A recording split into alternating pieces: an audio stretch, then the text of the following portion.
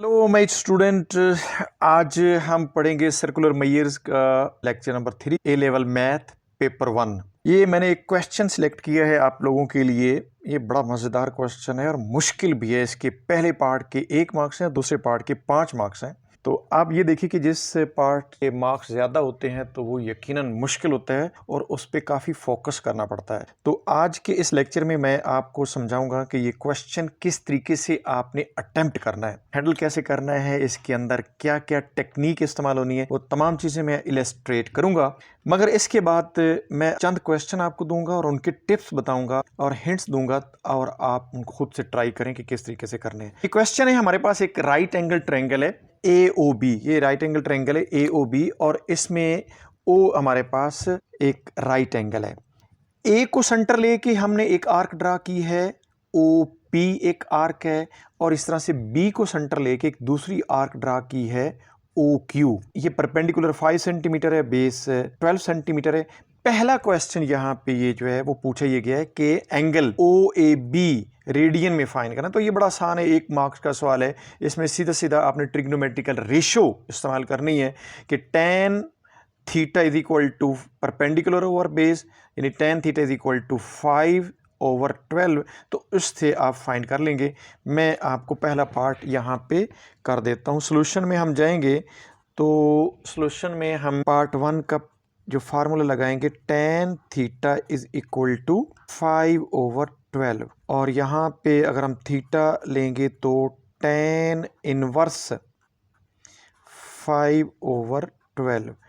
तो ये हमारे पास कैलकुलेटर यूज़ करेंगे, क्योंकि जबानी तो आप इसको कर नहीं सकते। आंसर आ जाएगा 0.39479। तो ये इक्वल हम इसको लिख सकते हैं 0.39479। इसको 4 सिग्निफिकेंट तक हमने इसको लेना है। तो यकीनन ये हमारे पास जो है वो 0.3948 रेडियन आ जाएगा। ये हमारे पास पहले पार्ट का आंसर है। दूसरा पार्ट ये है कि हमने इस शेडेड रीजन का एरिया फाइंड करना है। तो शेडेड रीजन का एरिया मैं आपको समझा देता हूं कैसे फाइंड करना है।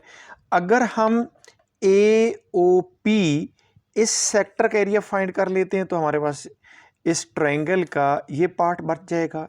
यानी अगर ट्रायंगल में से ये सेक्टर माइनस कर लेते हैं तो ये पार्ट बच जाएगा। इसी तरीके से इस सेक्टर का एरिया यानी QOB, इस सेक्टर का एरिया ट्रायंगल में से सब्ट्रैक्ट कर लेते हैं तो फिर ये एक एम्प्टी पार्ट जो अनशेडेड रीजन है ये बच जाएगा।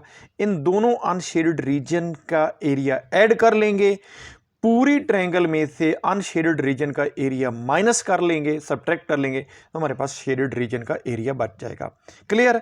तो सबसे पहले मैं ट्रायंगल का एरिया फाइंड करता हूं, फिर मैं इस सेक्टर का POA का एरिया फाइंड करता हूं और इस ट्रायंगल में से सब्ट्रैक्ट करता हूं, तो मेरे पास ये इस अनशेडेड रीजन का एरिया आ जाएगा। आए जरा मैं इसको, ये मैंने बनाया तो आए जरा हम इसको करते हैं। इसमें मेरे पास पता है कि एरिया ऑफ ट्रायंगल क्या है। एरिया ऑफ ट्रायंगल का formula you know that area of triangle AOB is equal to half into base into height, तो that gives us 30 centimetre square. Area of sector है जी AOP 1/2 r²। r यहाँ पे 12 है तो 12 square into theta 0.3948 and it gives. हमने ये calculator इस्तेमाल करना है तो सबसे पहले 12 का square 144 multiply 0.3948 divided by 2 and answer is 28.4256। तो अब ये हमारे पास शेडेड रीजन का सेक्टर का एरिया आ गया, ट्रायंगल का एरिया भी हमारे पास आ गया। तो अनशेडेड रीजन का एरिया ऑफ अनशेडेड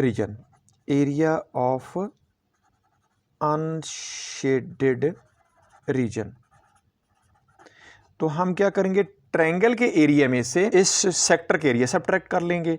तो 30 - 128.4256 इट गिव्स, ये हमारे पास क्या आ जाएगा जी, ये हमें मिल जाएगा 1.574 सेंटीमीटर स्क्वायर। ये हमारे पास इस अनशेडेड रीजन का एरिया आ गया। अब हम इस सेक्टर का एरिया फाइंड करते हैं BOQ का। BOQ का एरिया फाइंड कर लेते हैं। इस ट्रायंगल में से सब्ट्रैक्ट करेंगे, राइट एंगल ट्रायंगल में से सब्ट्रैक्ट करेंगे तो हमारे पास AOQ जो अनशेडेड रीजन है इसका एरिया आ जाएगा। मगर सबसे पहले ये एंगल फाइंड करते हैं OBA।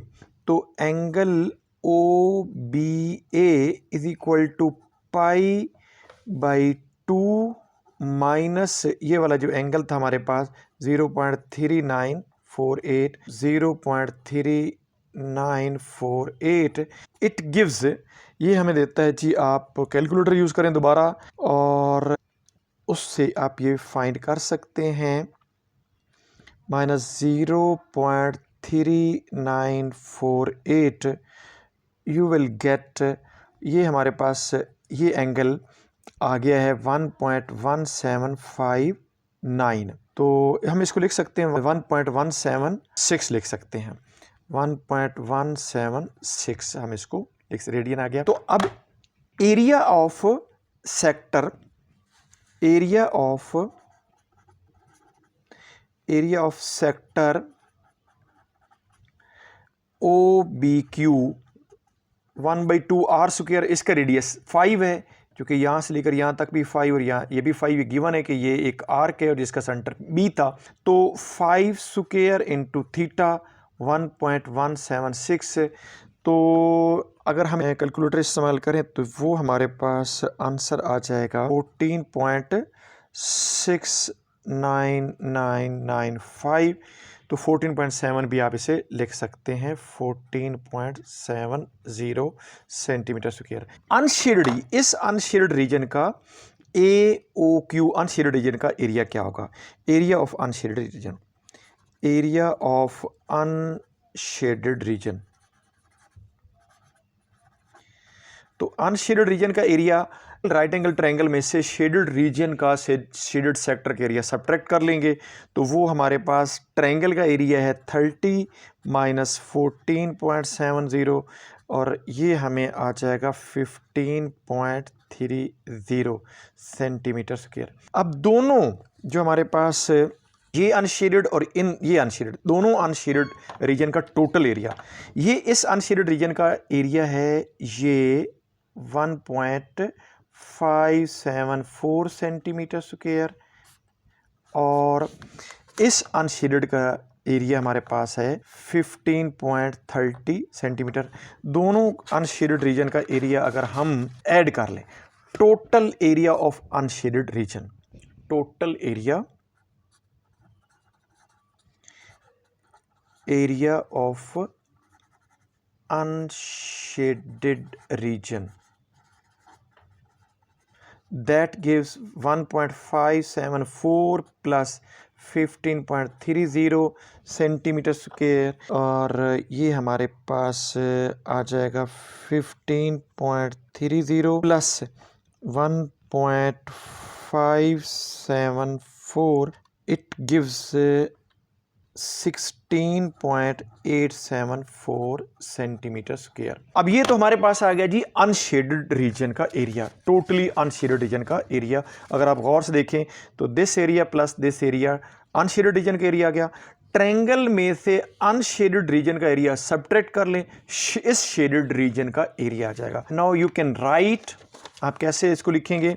ये लिखेंगे कि एरिया ऑफ शेडेड रीजन कौन सा है? OQP is equal to area of right angle triangle minus unshaded area, unshaded region का एरिया। तो एरिया ऑफ ट्रायंगल 30 और अनशेडेड रीजन का जो टोटल एरिया है वो हमने ये फाइंड किया था 16.874। तो हम कैलकुलेटर यूज़ करेंगे, 30 minus 16.874 it gives us 13.30 13.126 centimetre square. अगर 3 सिग्निफिकेंट में लिखना चाहें तो 13.1 सेंटीमीटर, ये सेंटीमीटर स्क्वायर, ये एरिया, ये आंसर भी आ गया। उम्मीद है कि आपको इस क्वेश्चन की समझ आई होगी, पर अगर ना आई हो तो एक दफ़ा दोबारा गौर से सुने, इंशाल्लाह समझ आ जाएगी। इसके बाद मैं आपके कुछ क्वेश्चन इस लेक्चर में दूंगा, वो आपको हिंट भी दूंगा, समझाने का टेक्निक समझाऊंगा। अटेम्प्ट खुद कीजिएगा, और अगर आप उनको अटेम्प्ट कर लिया, उनको आपने सॉल्व कर लिया, तो आप सर्कुलर मेयर्स के तमाम क्वेश्चन करने के काबिल हो जाएंगे। सी यू इन नेक्स्ट वीडियो। तब तक अल्लाह हाफिज़।